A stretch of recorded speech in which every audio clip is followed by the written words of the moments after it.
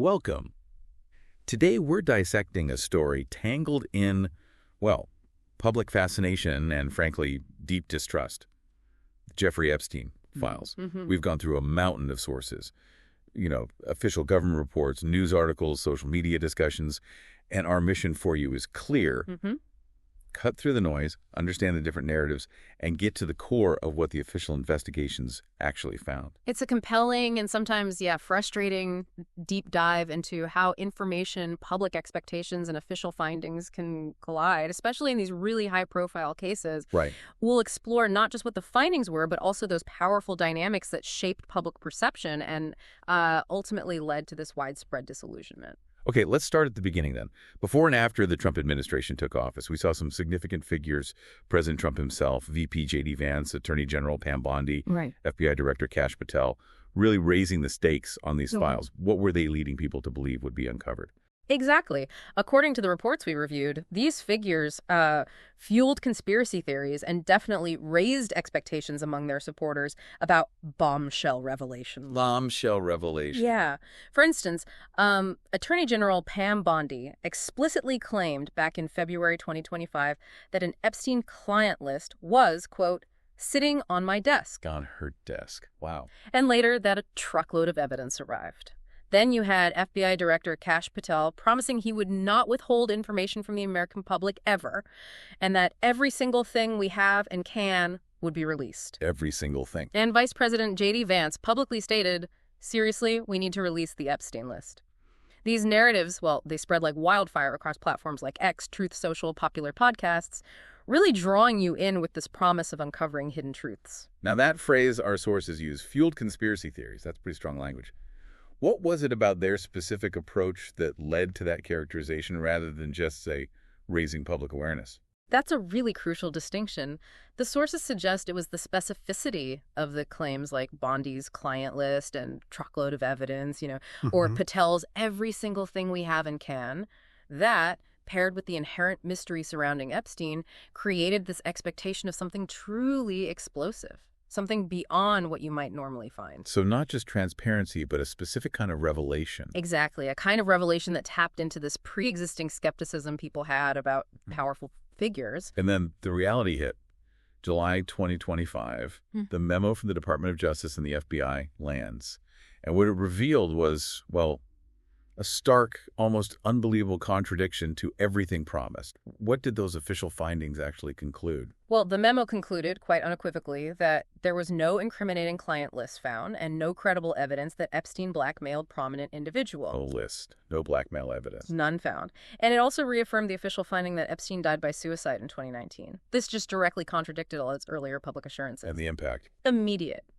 Our sources describe fierce blowback, even a crisis, for the Trump administration coming from its own base. People expressed everything from disappointment to fury. They were just not willing to accept the findings. Even some elected officials. Oh, yeah. Some Republican representatives, like Marjorie Taylor Greene and Eric Burlison, voiced skepticism. Burlison said something like, the American people aren't stupid. The victims deserve justice, not another cover-up. Wow. This whole episode, it isn't just about a broken promise, right? It's this stark lesson in maybe cognitive dissonance, confirmation bias. Once a narrative takes hold, especially one promising these hidden truths, Is it hard to shake? it creates an almost impenetrable shield against contradictory evidence. Yeah. So Trump then calls the case pretty boring, Yeah. gets people to move on. Bondi goes quiet.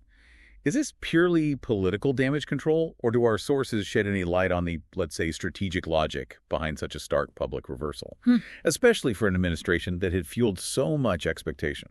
It certainly appears to be a calculated pivot. Faced with that intense backlash you mentioned, Right. Trump himself tried to downplay it, urged supporters to move on because, quote, the credible information has been given. He even tried to shift blame, claiming the files were made up by Comey and Obama. Uh-huh. Attorney General Bondi, Well, she reportedly struggled to defend her earlier comments and just declined to discuss the files publicly after that memo dropped. So basically went silent on it. Pretty much. And many observers, really across the political spectrum, viewed these actions as political theater. Democrats even introduced an amendment to force a vote on releasing the file. Which some Republicans saw as a calculated move, exactly, designed to generate negative headlines because they expected it would probably be voted down. This whole situation highlighted a sort of bipartisan blame game. Both sides got criticized for not releasing information when they held power.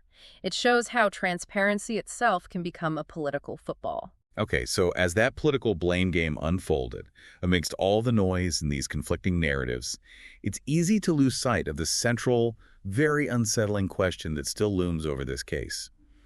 What did the official, detailed investigations actually conclude about Epstein's death itself? Was it truly suicide? And if it was, how on earth did it happen under such scrutiny? Right. The official conclusion from multiple authoritative bodies, we're talking the FBI, the New York City Office of the Chief Medical Examiner, and importantly, the DOJ's own Office of the Inspector General, the OIG. That's the internal watchdog. Exactly. The internal watchdog for the Department of Justice, their job is to investigate misconduct, systemic failures, and their conclusion, along with the others, is indeed that Jeffrey Epstein died by suicide. August 10th, 2019, at the Metropolitan Correctional Center, MCC, New York. And the evidence for that? It's supported by autopsy findings consistent with hanging, no defensive wounds found on his body, and blood toxicology tests that showed no substances, no drugs, or anything like that. But the story doesn't just end there, does it? Because even if suicide was the cause, that OIG report painted a pretty disturbing picture of how it was even allowed to happen. Precisely. That's the other crucial part. The OIG report uncovered, and I quote, numerous and serious failures by MCC New York staff that collectively gave him the opportunity to commit suicide. Such as? Well, a critical failure. Not assigning him a cellmate after he had had a prior apparent suicide attempt. That's basic procedure. You'd think so. Staff not doing the required 30-minute rounds or inmate counts from 4 p.m. the day before until he was found unresponsive the next morning. Hours went by. Yes. And then the falsification of records by 2 correctional officers, Tova Knoll and Michael Thomas. They later entered deferred prosecution agreements. Meaning they admitted wrongdoing but avoided trial. Essentially, yes. Yeah. They admitted to falsifying those records. Then there was also an unauthorized, unmonitored phone call the evening before he died. Excessive linens found in his cell, ripped into nooses. Okay, wait. Unmonitored call? Extra linens used as nooses. And perhaps most disturbingly, a security camera system malfunction that went undetected for 11 days. 11 days. Meaning about half the prison's cameras, including most in Epstein's actual unit, weren't recording anything. So an unmonitored call, the means available with the linens, and a massive camera failure for almost 2 weeks. Mm-hmm. When you lay it out like that, it's not just a few errors, is it? It sounds like profound systemic negligence. It certainly paints that picture, yes. Which brings us back to the politics. With all these findings, the negligence, the public calls for transparency, why then did 211 House Republicans vote against releasing the Epstein files in July 2025? It seems so counterintuitive, especially given those initial promises for the administration. It does seem counterintuitive on the surface, and it raises important questions about the complexities of government action. What emerged from our research is that there were several stated reasons for that no vote. Okay. One key argument was procedural. The amendment to release the files was apparently tacked onto a procedural vote for a completely separate crypto stablecoin bill. Legislative maneuvering. Right, which some Republicans opposed anyway, regardless of the Epstein amendment. They viewed the whole thing as political theater by the Democrats. Okay, what else? Another reason stated was the protection of victims, specifically citing graphic photos and videos. Although critics immediately argued that redactions could easily address that concern without protecting potential criminals. That seems like a standard procedure, redaction. It usually is. Furthermore, it appears many Republicans, including Speaker Mike Johnson, who actually stated he was for transparency, but still voted no, seemed to align with Trump's shift to downplay the whole issue, especially after that DOJ FBI memo came out confirming no client list existed. So the lack of a bombshell list changed the calculation for some. It appears so. It's this difficult balance, isn't it, between public demand for information, the practicalities of privacy, legal processes, and, let's be honest, often complicated by political strategy. Which leads to a practical point for you, the listener, who wants to be truly well-informed. It's important to understand how you can actually access information like this yourself. What legal avenues exist for the public to request government records, say, related to Epstein? This is really crucial for critical thinking, especially now. You can request federal records through the Freedom of Information Act, FOIA. FOIA, right. Now, the basic process seems straightforward. You submit a request online.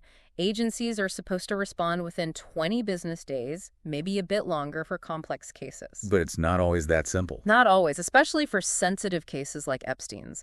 Understanding the nuances of FOIA exemptions, knowing how the government can legally withhold information, and how to effectively navigate that process that becomes critical if you really want to access potentially sensitive information. And state level. Similar transparency laws exist at the state level, yeah. Often with quicker response times like the Tennessee Public Records Act, maybe 7 days compliance. However, and this is important, there are also, quote, very well-reasoned exceptions to transparency. Things like protecting confidential informants, national security plans, or even schematic drawings of schools. Right, things you wouldn't want public. Exactly. And this highlights a fundamental tension. The public's right to know versus the government's legitimate need to protect genuinely sensitive information. The challenge for you as a citizen is trying to discern when protection is legitimate and when it might be used as a tool for, well, obfuscation, especially in these politically charged cases. So this deep dive into the Epstein files, Yeah. it really reveals just how intertwined official investigations, political narratives, and public perception can become. It's quite a tangle. It really is. From those initial high expectations, fueled by prominent figures, to the official findings that just completely contradicted those claims.